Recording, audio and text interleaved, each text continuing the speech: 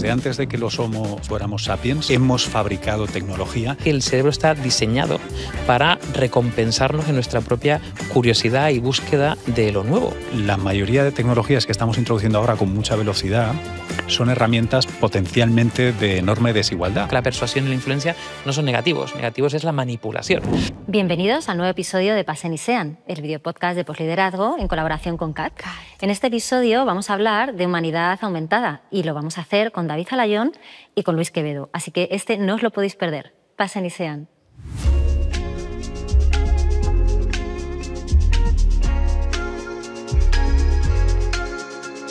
Bienvenidos a este nuevo episodio de Pasen y Sean, en el que vamos a hablar de humanidad aumentada. Sé que suena un poco raro, pero ahora mismo os vamos a explicar todo, tranquilos. Y además que para ello tenemos a los mejores en esta conversación. Tenemos a Luis Quevedo. Luis es divulgador científico y va a estar con nosotros hablando junto a David Alayón, que también es experto en innovación y tecnologías disruptivas y además también en futuros. Así que bienvenidos a los dos y encantada de teneros aquí en esta conversación. Un placer.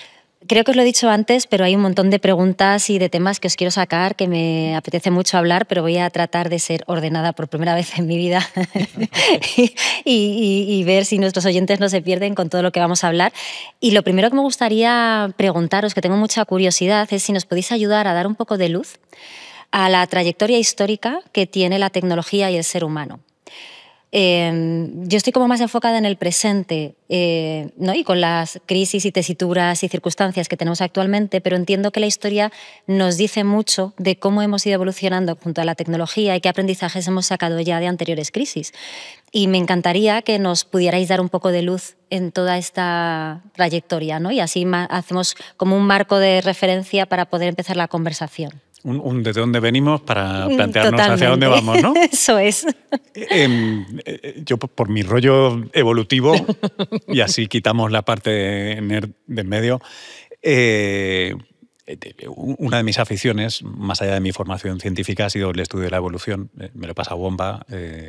Te recomiendo, si no has estado 12 veces, que vayas a Atapuerca otra vez más, porque es un lugar maravilloso donde reflexionar sobre cosas que yo creo que seguro van a salir en esta conversación. Desde un punto de vista antropológico, pero es que biológico también, separar, como a veces hacemos en lenguaje cotidiano, ¿no? Esto es natural, esto es artificial. Es realmente artificial. La tecnología es connatural a la especie y al género. Desde antes de que los Homo fuéramos sapiens, hemos fabricado tecnología y no se nos ocurre cómo podríamos explicar la biografía de la especie sin una tecnología fundamental. Tan profundo es el papel de la tecnología desde la noche de los tiempos que, de hecho, las adaptaciones que luego hemos tenido biológicas, cómo es nuestro cerebro, cómo son nuestros intestinos. Tenemos un intestino grueso corto porque fabricábamos herramientas y eso nos permitía acceder a fuentes de alimento que a nuestros primos no les llegaban. De hecho, tenemos un cerebro que de una manera casi compulsiva imagina usos para cosas sin que haga falta. Llevamos la generación de tecnología dentro y, por suerte, no es el 100% de la especie. Hay gente más calmada, pero hay algunos personajes, yo creo que David tiene pinta de ser uno de ellos, que no pueden parar de darle vueltas, de pensar, y que son los que generan esas innovaciones que luego socializamos en conjunto y algunas adoptan, otras no. El beta no funcionó, el VHS se quedó. Hay muchas circunstancias, pero en cualquier caso vamos sumando y luego ya en conjunto, una vez socializadas, nos permiten establecer una base desde la que volver a tener nuevas innovaciones, etcétera, etcétera, y llegamos hasta seguramente lo que tú tratas y tú eres experta, que es qué tecnología y qué decisiones tenemos que tomar hoy. ¿Qué conocimientos sí socializamos? ¿Para qué y cómo? Yo la verdad que me he obsesionado mucho con intentar estudiar lo poco que sabemos de cómo funciona el cerebro.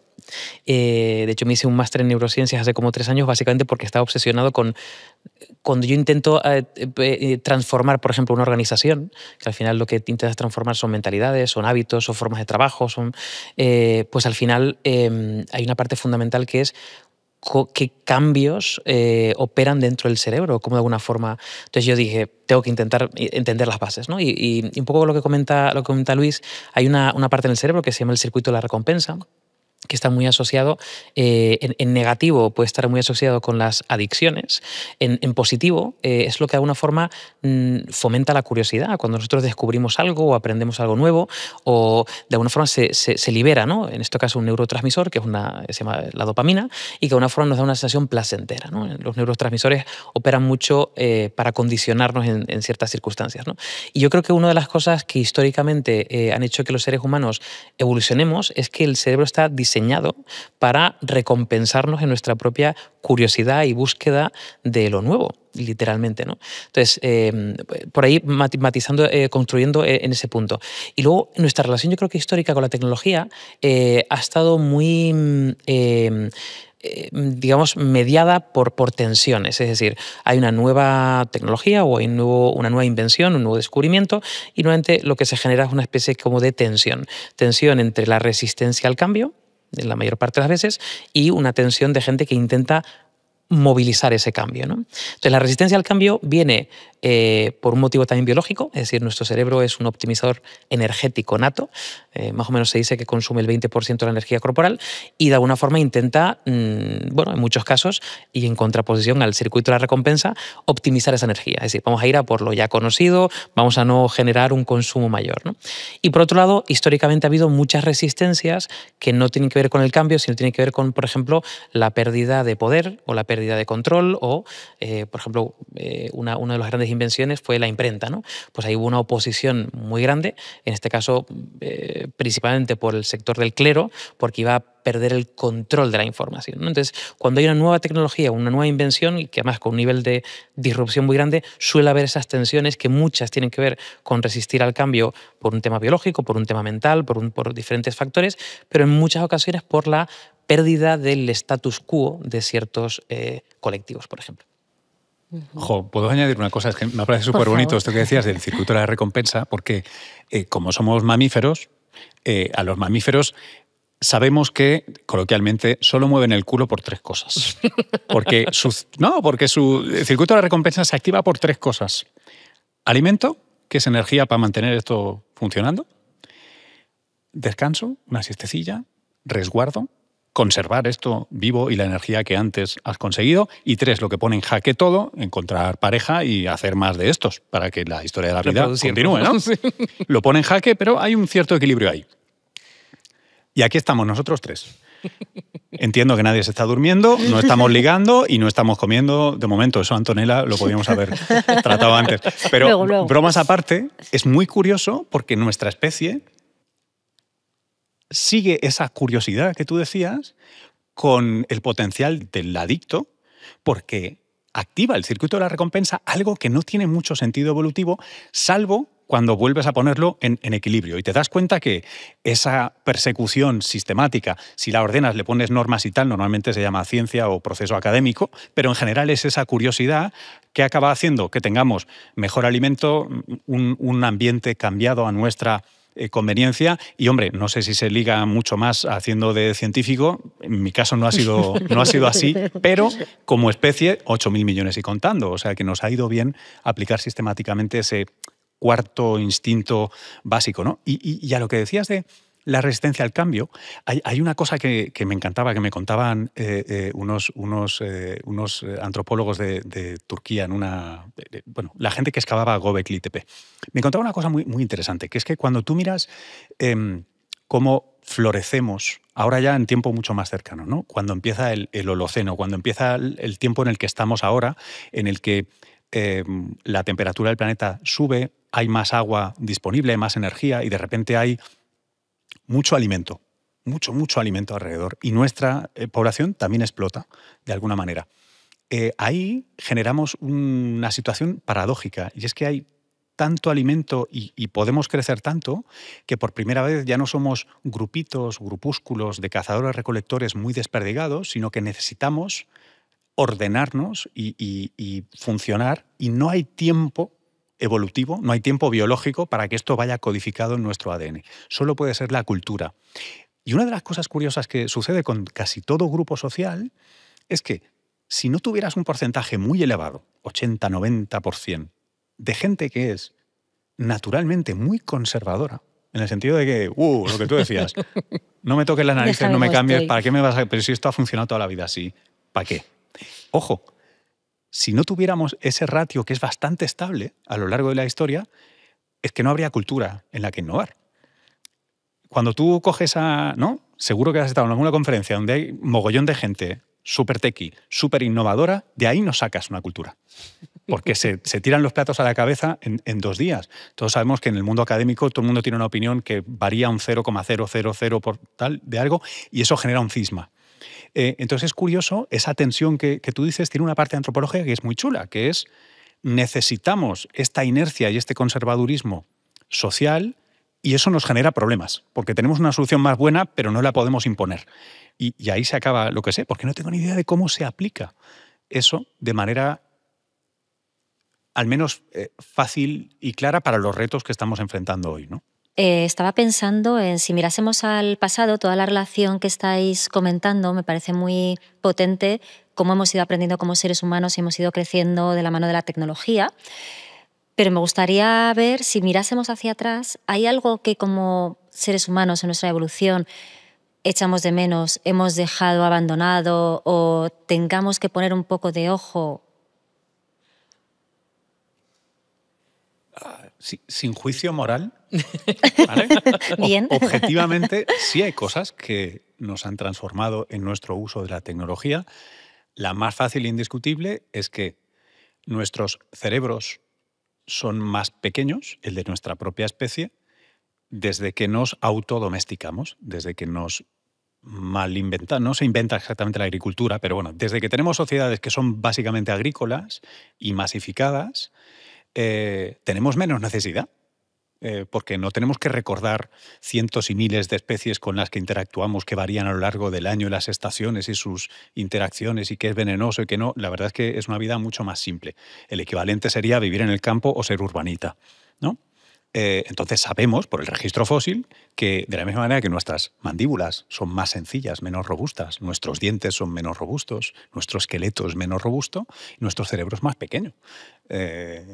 No quiere decir que seamos más idiotas, significa que estamos optimizados para el tipo de vida que llevamos aquí.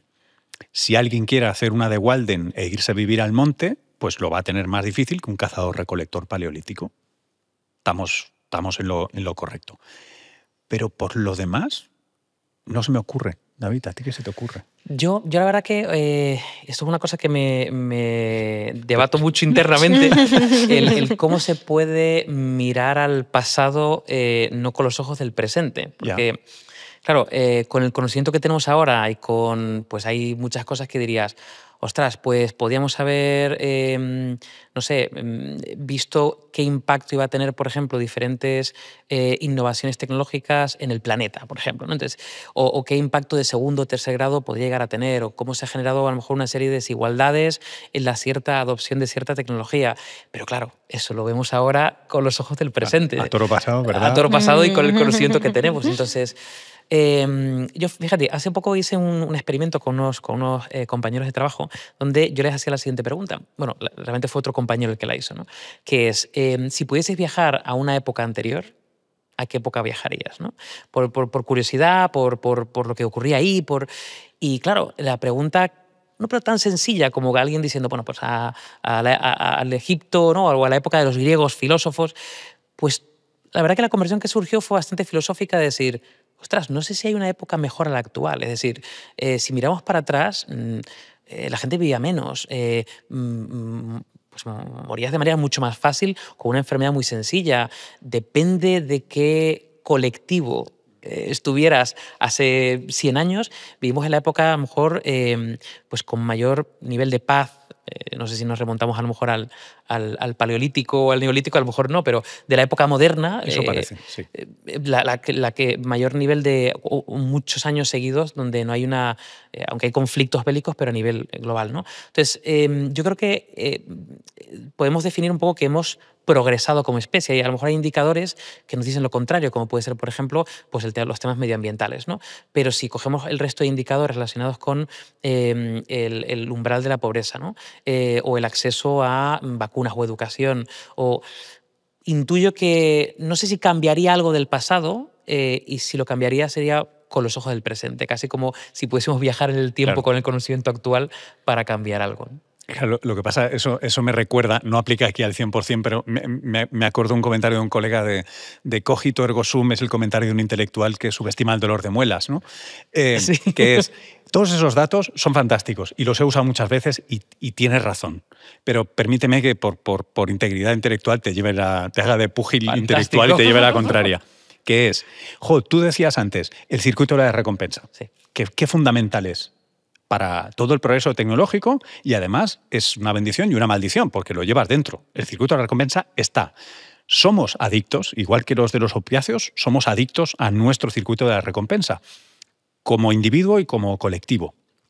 Claro, en una vida en la que, en promedio, tienes salud, no tienes emoción, no te juegas la vida, no papá, ¿sabes lo que tienes? Índices de salud mental que colapsan. Correcto. ¿Por qué? Porque seguimos usando el hardware de hace 200.000 años. O sea, aquí el follón es que a lo que le pegas tiene 200.000 años. A lo que insultas, ¿no? Como dicen los informáticos, tiene, ¿qué? Nuestro software cultural depende. Puedes decir que tiene entre 10.000 o 100 años, según dónde afines. Pero el cacharro este es muy viejo. Y precisamente uno de los retos, yo creo, que tenemos ahora con el uso de la tecnología es cómo hacer buenos todos esos datos. O sea, que yo escuche esos datos y me sienta mejor. O que yo pueda utilizar tecnología de redes sociales que tiene aplicaciones maravillosas. Es decir, yo no creo que quisiera vivir en un mundo en el que no se hubieran inventado las redes sociales, con la de cosas maravillosas que han conseguido. Pero admito que su uso es muy difícil. Y esa paradoja no sé cómo se resuelve. Es que yo creo que no se resuelve. Es una paradoja, literalmente. Es imposible de resolver. Hay otra cosa, construyendo sobre lo que estamos hablando. Claro, cuando se habla, por ejemplo, del futuro, se habla de que bueno, el futuro no existe. Es decir, lo que tenemos por delante siempre son un conjunto de futuros, ¿no? Como diferentes posibilidades, y al final pues está un poco en nuestra mano reflexionar sobre posibles futuros, intentar empujar futuros preferibles y demás, ¿no? Claro, cuando pensamos en el pasado, pasa un poco lo mismo. Es decir, ¿conocemos realmente el pasado? Es decir, podemos conocer hechos concretos, pero muy pocos realmente. Al final... Son narrativas contemporáneas con datos. El pasado es una narrativa, ¿no? Incluso es la narrativa hegemónica, ¿no? Puede ser, se dice mucho, ¿no? De los ganadores, o la que de alguna forma quedó. Entonces, claro, es muy interesante también ponernos eso, la tesitura, eso en nuestra cabeza. Es decir, vale, ¿qué cosas del pasado cambiaríamos? Ostras, pero ¿conocemos realmente lo que ocurrió? ¿Podríamos...? Entonces, no sé, yo soy ahora mismo como muy... Tú decías antes, Antonella, decir, yo vivo muy en el presente, ¿no? Yo en este caso estoy como muy en el presente y en el futuro. Es decir, me encanta intentar conocer el pasado, pero no tanto para replantearlo, sino casi para intentar que la historia no se repita cuando no queremos que se repita, o intentar de alguna forma construir sobre ciertas bases, ¿no? Yo personalmente no sé si cambiaría algo o me falta conocimiento como para decir qué cosas cambiaría del pasado. Oye, hay una cosa, déjame hacer una recomendación literaria para eso que estás diciendo. Bien. Maravilloso, por si a quien no le ha llegado a alguien, que es El amanecer de todo, de Graeber y Wiggin. Me encanta. Espectacular. Es una narrativa más, o sea, estoy contigo, David, no es como la de Sapiens, la manera definitiva. Como la de Harari, como la de Sapiens. Como Harari, sí. A mí me gusta más Graeber, pero bueno, me parece más riguroso. Pero, pero es una narrativa más. Y lo refrescante es que nos pega tan duro en algunas de las cosas que asumíamos y usa evidencia arqueológica chula. Esto es un gran cebo, porque no estoy diciendo de qué va, pero es una gran lectura. Quien tenga el tiempo es gordo el libro. Es gordo, pero es chulo. Sí. Y como decíamos al principio, ¿no? Estamos de dónde venimos. Yeah. Y justo además ya habéis atisbado algunas cosas a lo mejor que nos traen al presente. Has mencionado también temas de redes sociales. ¿Cuáles serían para vosotros los desafíos sociales y éticos que tenemos a día de hoy relacionados con la tecnología y el ser humano? Ahí os lo dejo. Yo empiezo a lanzar algunos. Esto va a ser un peloteo. Yo lanzo algunos. Pues a ver, es complicado incluso casi delimitarlos o dar una lista completa. Pero bueno, los primeros que se me vienen a la mente, hablando de la parte ética, yo creo que cada vez más... Yo siempre digo que, y esto generaría debate seguro, ¿no? Que vivimos en la época más compleja de la historia. Y siempre existe la reflexión de decir, bueno, a ver, cada generación lo viviría, porque la complejidad también tiene un componente de subjetividad, ¿no? De cómo tú lo vives. Lo que sí es cierto es que si la complejidad, trazamos un poco la etimología y viene de complectus o complecti, que significa enlazar, vivimos en el mundo o en el entorno más enlazado de la historia, es decir, más conectado. Eso yo creo que nadie podría negarlo. Es decir, antes, hace 100 años, algo que pasaba en una parte del mundo, pues tardaba meses, incluso años en llegar a otra parte del mundo. Ahora es casi instantáneo, ¿no? Por los flujos de información. Claro, cuanto más flujos de información, cuanto más volumen de información, cuanto más nexos en ese sistema complejo en el que vivimos hay, pues bueno, mayor complejidad, evidentemente. Entonces, claro, partiendo de esa base, creo que cada vez nos vamos a enfrentar a más retos éticos. ¿Por qué? Porque los tiempos de adopción, los tiempos de implementación, los tiempos de difusión o expansión, ¿no? Por ejemplo, de las tecnologías. Hay una gráfica que es la curva de adopción de la innovación de Rogers, que marcó un poco estos segmentos que todo el mundo más o menos conoce de innovadores, early adopters, que era primera gran mayoría, segunda mayoría, los rezagados. Pues esa curva se está estrechando. Es decir, cada vez adoptamos de forma más rápida la tecnología. Entonces, yo creo que eso plantea diferentes retos. El primer reto tiene que ver con la parte ética, es decir, muchas veces tomamos decisiones que no entendemos muy bien o somos incapaces de anticipar cuál es el impacto de segundo o tercer grado que puede haber, y aparte de intentar trabajar el pensamiento sistémico, creo que tenemos que instalarnos un programa cultural muy asociado a la ética, con más razón todavía. Por ejemplo, yo, que estudié ingeniería informática, claro, yo no di filosofía ni ética. Di algo de ética en la carrera, muy poquito, pero yo, por ejemplo, leyendo, al principio de las ingenierías, la parte de humanidades tenía un peso muy grande y poco a poco se fue quitando, ¿no? Entonces digo, hay que recuperar esa parte, básicamente porque cada vez los retos a los que nos vamos a enfrentar van a tener un impacto mayor por la conectividad que tienen, y es necesario contemplar eso desde la base, ¿no? Ese sería, por ejemplo, uno. Y por decir un segundo, y le doy paso a Luis, creo que tirando un poco de una mezcla de cosas, de la inteligencia artificial, de las redes sociales, se empieza a hablar mucho de que vivimos en la era de la posverdad, en la era... hay un término que empieza a surgir, que es la realidad sintética, que básicamente es... ¿La realidad, perdón?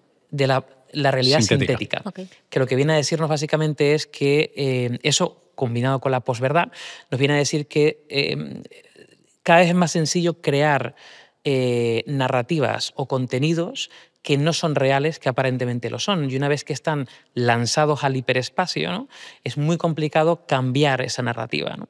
Entonces ahí entra la desinformación, entra, por ejemplo, las guerras cognitivas, es decir, las guerras por conquistar mentes de personas. Entonces ahí yo creo que va a haber otro ecosistema otro reto muy grande, que tiene que ver básicamente con cómo se puede distinguir lo que es real o lo que es artificial desde el punto de vista de la información, y cómo podemos intentar conseguir que la gente profundice en eso, es decir, no haga el titular, no lea por titulares o no lea por tweets o no lea de manera superficial, sino realmente que intente fomentar un pensamiento crítico. Yo creo que hay otro eje por lanzar dos retos de los que yo creo que estamos viviendo ahora mismo.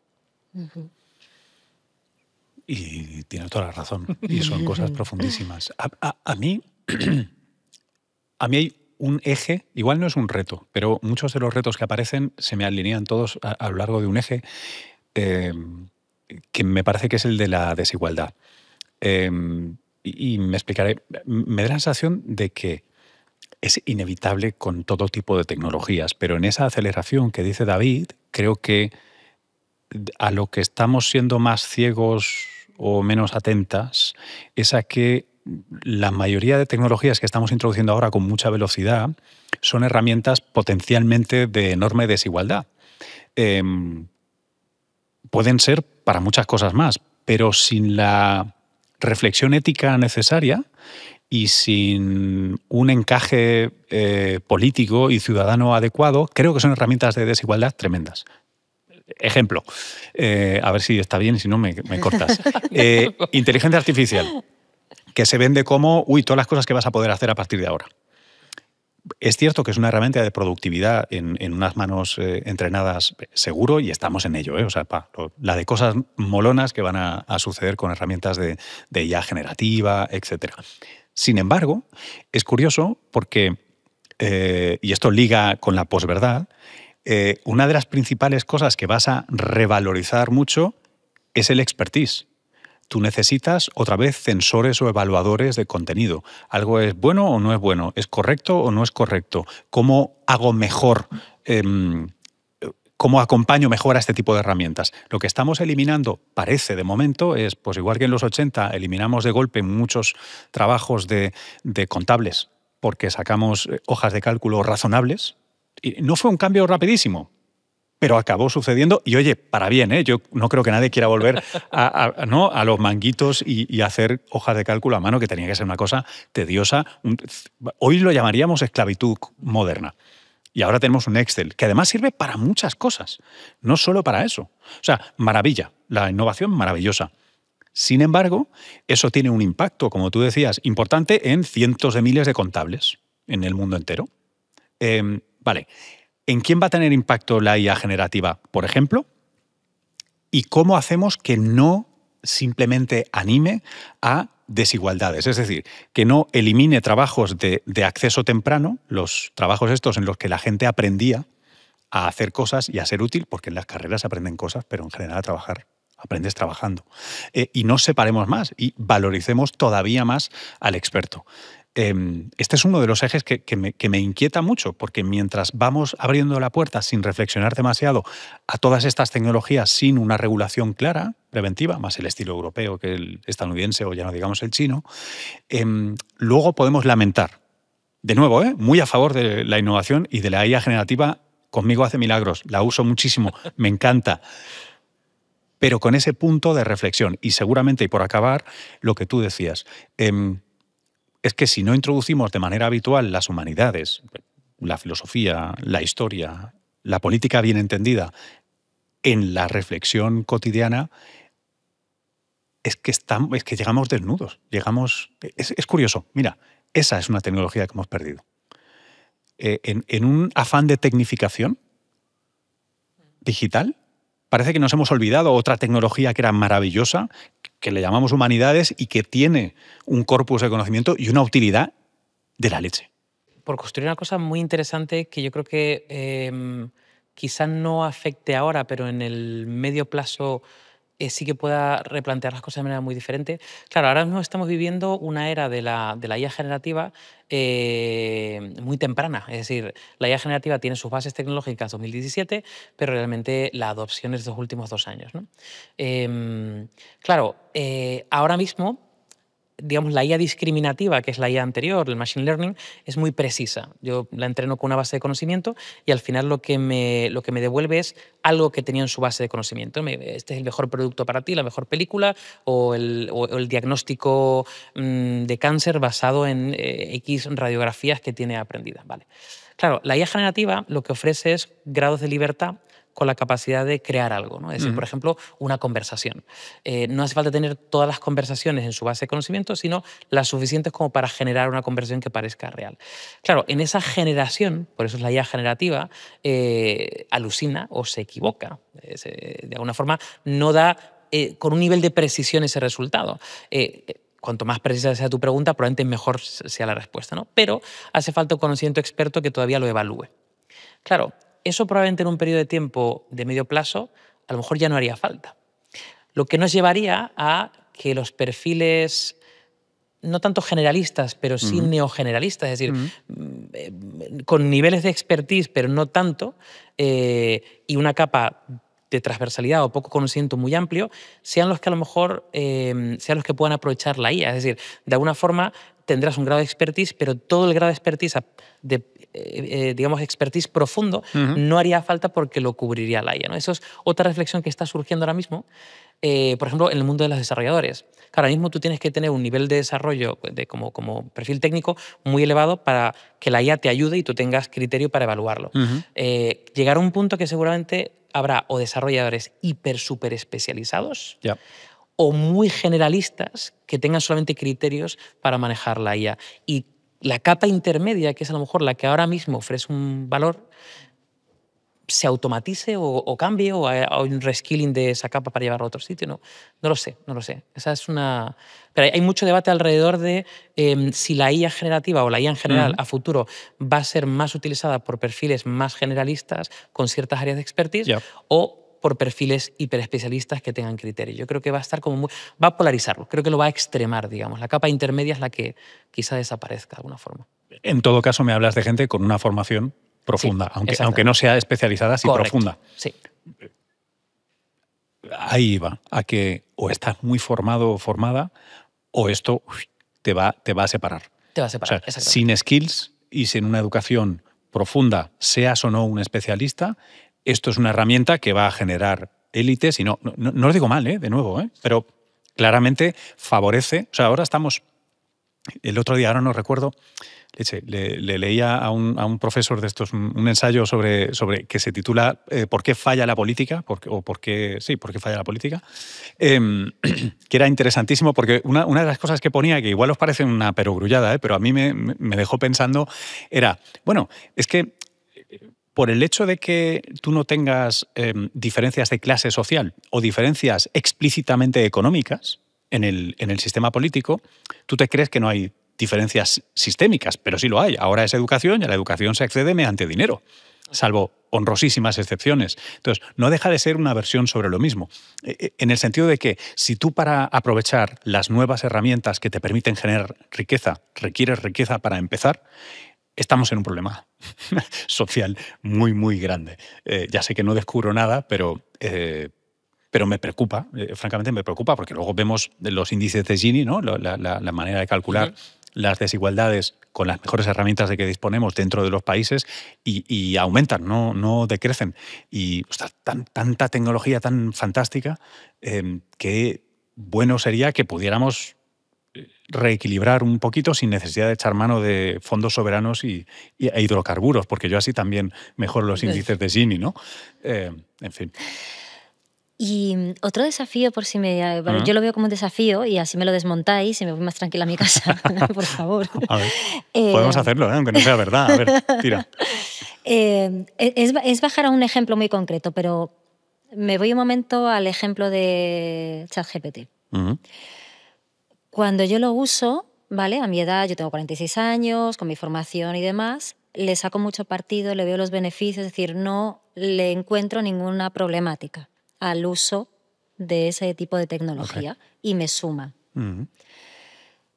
Si pienso en una niño de 10 años, de 15, incluso de 20, o sea, como si pienso en un ser humano donde su cerebro se está desarrollando, su capacidad de pensamiento crítico se está desarrollando, bueno, y un montón de cosas más, ¿no? Sí. Me entra un poquito de miedo el pensar que quizá, antes decías, ¿no? El no utilizar el cerebro de esa manera ha hecho que nuestro cerebro sea más pequeño y que para lo que tenemos ahora sirva, pero como tengas que pensar un poquito más. ¿Lo ha optimizado? Pero o sea, por eso digo que me lo desmontéis, porque es un miedo, es como, madre mía, ¿no? Esto en manos de alguien que se está desarrollando. Yo te lanzo una histórica. A ver si te sirve. En los diálogos de Platón, Sócrates hace una admonición porque la escritura arruinará la mente de los jóvenes, ¿no? La memoria de los jóvenes se va a perder porque, claro, si tú fijas, como estoy haciendo yo aquí, ideas, no tienes que recordar. Y esto todo el mundo sabe que va a acabar con la especie. Bueno, pues 2000 y pico años después, oye, lo de la escritura tan mal no estaba. Tan mal no estaba. Es verdad que hay menos gente que recita de memoria poemas homéricos. Te lo garantizo. Y, bromas aparte, es verdad que es una pérdida. A mí me pasa con amigos, no sé si tenéis colegas que son actores, que es como, oh, qué capacidad, qué guay, que lo metes aquí y lo sueltas todo bien y luego lo borras y pasas. Bueno, pues es una habilidad que yo no tengo porque no me dedico a esto. Y en general la hemos perdido. Antes teníamos más memoria. Igual que los cazadores recolectores preagrícolas tenían una capacidad de memoria y de espacio y de orientación. ¿Qué maps ni qué narices?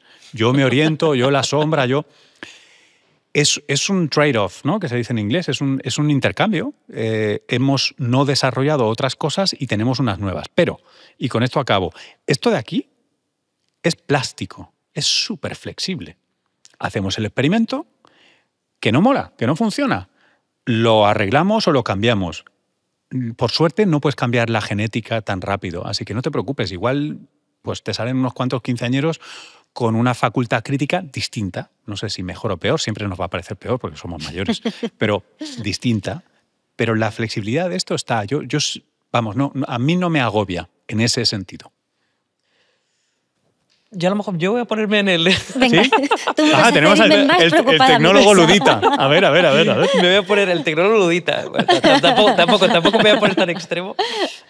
No, a ver, yo coincido en grandísima medida en lo que acabas de decir, y además yo creo que históricamente cuando evaluamos diferentes tecnologías, la adopción que ha habido y el impacto que ha habido, yo creo que habría muchísima preocupación en la época y luego a posteriori, como bien dices, el cerebro tan plástico que tenemos y tan maravilloso hace que lo adopte de una cierta manera, modifique o cambie o de alguna forma vea eso literalmente como un trade-off positivo, ¿no? Me gusta decir un intercambio positivo. Claro, ahora tengo dudas. Es decir, no me posiciono en el lado contrario, en el lado de decir, ostras, esto va a ser... pero sí que es cierto que, a ver, veo como dos grandes diferencias con las diferentes innovaciones, por ejemplo, la escritura, ¿no? Que ha habido a lo largo de la historia con respecto a lo que tenemos por delante, ¿no? La primera diferencia es nuestro nivel de adopción. Es decir, históricamente, pues yo qué sé, la escritura o la imprenta o, no sé, la electricidad, desde que surgía esa innovación hasta que finalmente llegaba incluso a una primera gran mayoría, pasaba más tiempo. Milenios. Claro, que de alguna forma creo que nuestro cerebro casi como que, entre comillas, se preparaba para ello y ahora de repente... Imagínate que en menos de una generación o 2 generaciones se genera una disrupción tan grande como que el sistema educativo que tenemos, que tiene un montón de años, cambia radicalmente porque la forma de evaluar, la forma de memorizar, la forma de entender, todo cambia radicalmente, ¿no? Entonces, ahí hay algo que digo, aquí podría haber algo que genere suficiente disrupción para generar un cambio drástico que no sé si sería en positivo o negativo. Creo que el trade-off, es decir, va a traer cosas muy positivas, evidentemente, pero va a haber algo ahí que esto ya es más intuitivo, porque no hay evidentemente estudios ni longitudinales ni nada parecido, pero hay algo ahí que digo, esto... Y luego la otra cosa, eso es el nivel de la velocidad, ¿no? El nivel de adopción en el que estamos. Y luego la otra cosa es, creo que las diferentes innovaciones que ha habido a lo largo de la historia cabalgaban de alguna manera sobre nuestra cognición. Es decir, eran herramientas que de alguna forma nos permitían quizá a lo mejor, delegar ciertas partes de nuestra cognición, pero pequeñitas, en una herramienta que nos ayudaba a ganar otras cosas, ¿no? Ahora tenemos el riesgo de casi como delegar completamente nuestra cognición. Ya no es delegar una pequeña parte, una parte analítica, una parte operacional, una parte o cambiar el canal pero existe la posibilidad de hacer una delegación completa. Que claro, ahí está a nuestro lado trabajar la educación, trabajar un montón de cosas para decir, oye, esto no puede ocurrir, pero podría ocurrir. Y no sé, ahí tengo otro miedo, y ya te digo, es un miedo que es infundado porque creo que es la primera vez que nos enfrentamos a una tecnología de estas, o por lo menos, aunque la base potencialmente, puede ser, potencialmente que puede llevar a esto, ¿no? Claro. Estoy ahí. Entonces no estoy tan extremo, pero de alguna forma me salta mi sentido arácnido varias veces en varias cosas diciendo, ostras, esto hay... Y aparte que, claro, esto ocurre en el tiempo. Es decir, puede ser que nos embarquemos en una serie de decisiones o innovaciones, adopciones, implementaciones, que digamos, nunca digas que no hay vuelta atrás, pero puedes llegar a un punto de retorno complejo pasado eso en el tiempo, ¿no? Ahí estoy un poco en mi línea. Sí, yo en el fondo sí estoy de acuerdo contigo, David, porque cuando antes decía que a mí lo que me preocupa es esto como potencial herramienta para más desigualdad, además de todo lo maravilloso que tiene, es por ahí, porque más que un ataque a una mente de un chaval de 15 años, me parece que es un ataque, lo digo entre comillas, al software que estamos corriendo. Es un ataque a la organización política que tenemos. Desinformación, ¿no? Otro plug, los ensayos de Peter Pomerantsev, maravillosos para saber cómo ha nacido la máquina de desinformación de la Rusia de Putin, ¿no? De verdad es muy interesante a nivel hasta filosófico, ¿no? O sea, cómo se lleva a cabo y para qué y por qué. Tú tienes dos opciones. Puedes hacer media studies en los coles y que la gente sean filósofos y filósofas de los medios. En general, yo nunca he comprado eso. No he visto ningún programa de pensamiento crítico que funcione. Ojo, no es que no crea en el pensamiento crítico. Digo que los programas de fomento de pensamiento crítico no los entiendo desacoplados de la realidad. Eso es lo que me descuadra, ¿no? Y luego, por otro lado, fíjate que a mí lo que me pasa, igual yendo un poco al modo Battlestar Galactica, si se me permite, me da la sensación de que conforme empiecen a llegar las olas de desinformación, es muy probable que de la misma manera que ahora están surgiendo como las setas los clubs de lectura, porque lo que queremos es resocializar con la gente, tocarnos, vernos, olernos, porque somos primates, es muy probable que la gente diga, oye, la tecnología está muy bien, pero mira, necesito también mi vida orgánica de primate.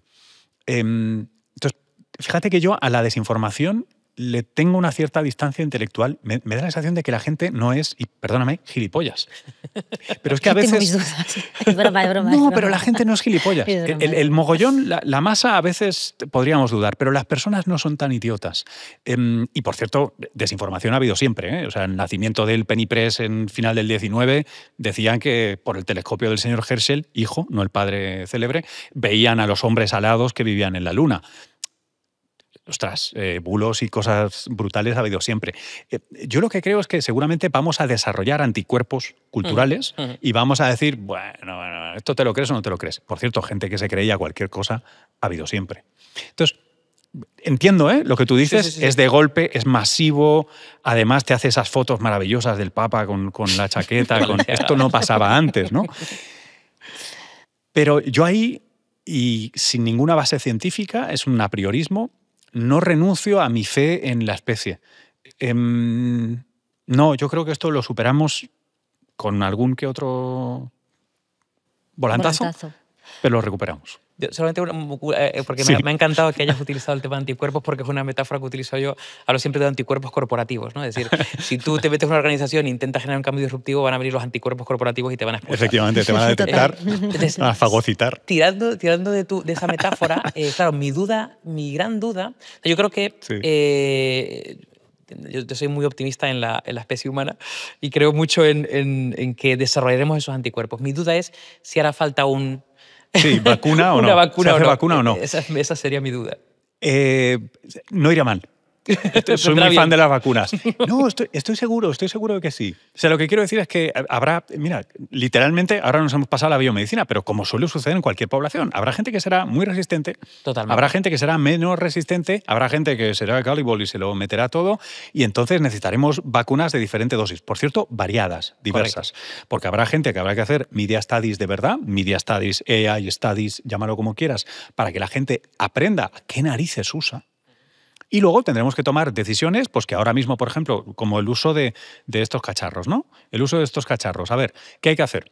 Hay que prohibirlos so pena de cárcel antes de los 16 años, cuando, por cierto, eres un saco de hormonas, ni siquiera hay circuito de recompensa. Saco de hormonas y te doy el acceso a esta tecnología que te he prohibido, ¿no? Lo más lascivo que hay, te lo he prohibido durante toda tu preadolescencia. O la introducimos paulatinamente y con un currículo también en las escuelas desde los 6 años, 8 años. Es igual, estoy abierto a discutirlo. Esas son las vacunas que tenemos que construir, ¿cómo? Con política, que también es una tecnología. Y en base a justo lo que estáis diciendo, y no sé si voy a ser capaz de hacer la pregunta con lo que lo tengo en la cabeza, es ¿cuáles son entonces las habilidades que tenemos que tener como seres humanos o que cultivar ahora para esa vacuna? Es decir, o para no tener que ponernos la vacuna, ¿no? Es como qué podemos cultivar como seres humanos para tener una relación tan positiva con la tecnología como la estamos comentando. ¿Quieres empezar? Venga, lanzo algunas ideas. A ver, yo quizá a lo mejor esté un poco sesgado o influenciado porque justo recientemente, 2 años, copubliqué un libro que se llama Upgrade y que en ese momento ya hicimos un pequeño estudio de cuáles son aquellas competencias o habilidades que decimos, ¿no?, que cualquier profesional, casi cualquier ser humano, debería incorporar pensando en el futuro independientemente de su edad, del sector, de su background o lo que sea, ¿no? Y hicimos bastantes estudios, cogimos bastantes referentes como el World Economic Forum, diferentes publicaciones que hablaban sobre skills y futuros, ¿no? Y de alguna forma lo dividimos como en 3 grandes bloques. Había un bloque que utilizamos una metáfora humano-máquina para intentar simplificarlo. Hablamos de, digamos, cómo podemos reinstalar o actualizar nuestro sistema operativo, que es nuestro cerebro, y ahí hablamos de diferentes modos de pensar, ¿no? Y hablamos de habilidades o competencias vinculadas con el pensamiento sistémico, el pensamiento crítico. Hablamos también, por ejemplo, no hablamos tanto de resiliencia, se habla mucho de resiliencia, ¿no? Hablamos de flexibilidad cognitiva, por ejemplo, pero hablamos también de antifragilidad, más que resiliencia, por si queremos luego matizar el término, pero bueno, antifragilidad. Y luego hablamos también de autoconocimiento, ¿no? Lo que tiene que ver con conocerte a ti mismo de cara realmente a afrontar ciertos retos conociéndote, como puede ser, por ejemplo, todo lo que tiene que ver con salud mental, ¿no? Entonces, hay algo ahí que tiene que ver con diversidades de pensamiento, también, por ejemplo, el pensamiento de futuros, que tiene que ver básicamente con ese pensamiento de no hay un futuro único, sino hay diferentes posibilidades y puedo anticiparme a ellas casi como probabilísticamente. Bueno, diferentes modos de pensamiento. Ahí también hablamos mucho de los sesgos cognitivos, ser conscientes que nuestro cerebro en cierta medida nos engaña, en otra cierta medida nos facilita la toma de decisiones rápida.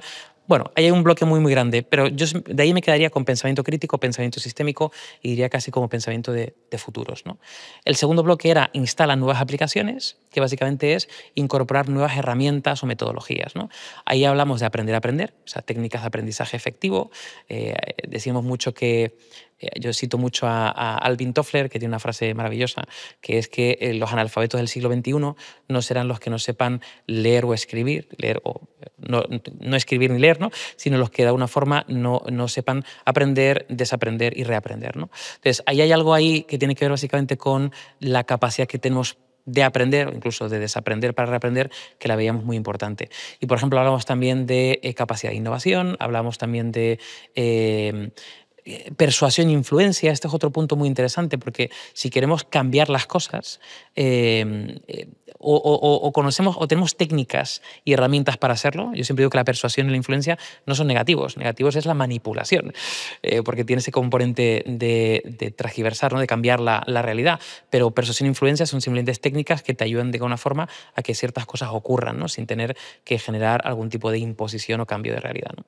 Y luego el último tiene que ver con mejora tu hardware o mejora nuestro hardware. Hardware, básicamente, como yo creo que hemos comentado, es nuestro cuerpo, ¿no? Entonces, hablamos mucho de la vinculación que hay con nuestra performance, nuestro estado físico, la importancia del sueño, la alimentación, ¿no? Y hablamos también incluso una visión un poquito más transhumanista de cómo la tecnología se puede ir integrando en nuestro cuerpo para mejorar, ¿no? Entonces, de este conjunto de competencias, por destacar algunas, sería pensamiento crítico, pensamiento crítico y analítico, que están muy, muy juntos, pensamiento sistémico, esa capacidad de intentar proyectar segundo o tercer grado, o ver las cosas como un sistema, pensamiento de futuros y probablemente aprender a aprender, como de alguna forma entender cómo aprendemos, cómo deberíamos aprender de manera más efectiva y cómo deberíamos ser capaces de desaprender.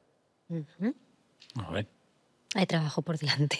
Hay mucho trabajo por delante, sí. Sí, claro. Dicho todo esto, creo que la IA... Lo va a hacer por nosotros. No, justo lo contrario. Creo Vamos a emborracharnos. Lo dejamos aquí.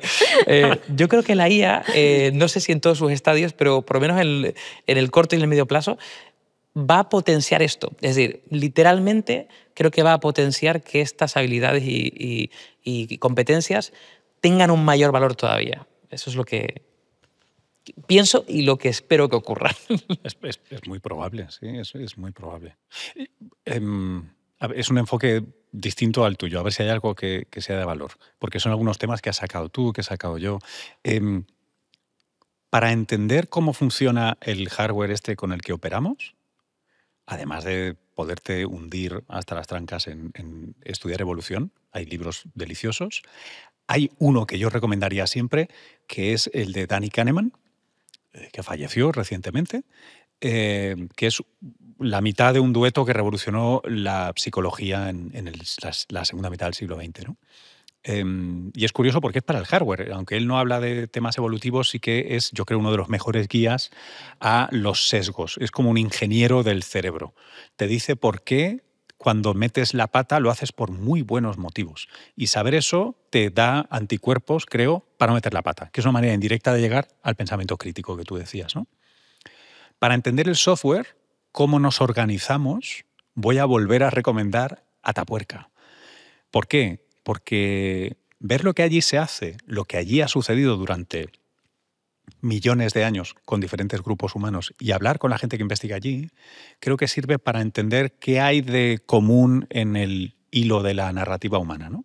Qué cosas hemos perdido, qué cosas no hemos perdido, pero sobre todo la potencialidad de este bicho que somos, que es tan interesante. Y luego dos cosas más que me parecen muy chulas, que no puedo atribuir. Una es muy de... Yo no sé si vais al norte, pero en el norte pasa mucho. Los clubs, las peñas, los chocos. Socializar. Tenemos que socializar. Es importante socializar, sobre todo con gente con la que no queremos socializar. Es muy importante. Y eso es un reto, y es un reto tecnológico, porque si estás con el smartphone todo el rato, y yo peco de ello, llevo los auriculares, socializar es muy importante, reservar espacios de verdad, sobre todo para descubrir maneras distintas de ver el mundo, que es una manera indirecta de llegar a la facultad crítica también. No tienes que estudiarlo, lo puedes experimentar. Y luego un concepto que a mí me flipa y que le encuentro, pero seguro que lo robó, como he hecho yo en otras ocasiones, Alain de Botton, el filósofo británico, que es el concepto de minería cultural, en el sentido de pico y pala, que es, en la mayoría de tradiciones culturales, si los piensas desde el punto de vista que usábamos hoy, es el acervo tecnológico, después de siglos y milenios. Hay soluciones escondidas bajo ritos, costumbres, leyes, que en el fondo son soluciones técnicas a problemas sociales del animal humano. Entonces, él habla de fomentar la minería cultural como una práctica de voy a mirar críticamente tradiciones que no parecen contemporáneas ni científicas, pero que pueden guardar cosas de enorme valor para hoy. Las podemos adaptar. Por ejemplo, una cosa que diré de manera muy sucinta, ¿no? Pero en la tradición judía tienes el Yom Kippur, tienes un día al año en el que estás obligado a aceptar disculpas de alguien que te ha faltado. Eso es, o sea, colapsas Twitter. Si tú esto lo haces, imagínate que de verdad estás obligado, hago un chiste a medias. Sí. Imagínate que puedes hacer eso, o que lo puedes adaptar a una práctica contemporánea, laica, ¿no? A la francesa, ¿no? O sea, que sea del Estado y no... Eso sería maravilloso. Y luego hay prácticas, por supuesto, en todas culturas, no todas las prácticas de todas las culturas, pero hay algunas prácticas que son muy buenas y que merecería la pena traerlas y a ver si las podemos hacer, es mi gusto particular, hacerlas laicas y transnacionales. Pero vamos, yo creo que con Kahneman, un poco de Atapuerca, volver a los clubs y a los bares, sin alcohol si puede ser, y minería cultural, yo creo que tendríamos mucho. Si además podemos hacer... Ahora ya no, ahora ya es con botón, pero antes, ¿os acordáis cuando te dejabas el freno de mano un poco puesto? En los tiempos que corren y hasta que dirimamos algunos de los problemas que tenemos, retos tecnológicos, dejar el freno aquello cuando no lo quitas del todo, yo creo que sería maravilloso para reaccionar menos rápido, incluso aunque perdamos un poquito de eficiencia en algún proceso. Qué bueno. Pues lo voy a aprovechar para el cierre, que me parece ideal todo lo que habéis dicho y esta propuesta. Por mi parte, yo sumo el poder de la conversación como herramienta de ser humano que tenemos para poder seguir creciendo y aportándonos, y que tiene mucho que ver con lo de socializar que comentabas. Y quiero agradeceros infinito esta conversación. Me ha encantado escucharos. He de reconocer que me voy más tranquila a mi casa y más positiva con todos estos temas. A casa no, al bar, ¿no? Al bar, es verdad. A socializar. A socializar más. Y nada, y también despedir a todos nuestros oyentes. Muchísimas gracias por estar ahí, que sin vosotros no sería posible, y que os esperamos en el siguiente capítulo. Un abrazo a todos y muchas gracias. Gracias. Gracias.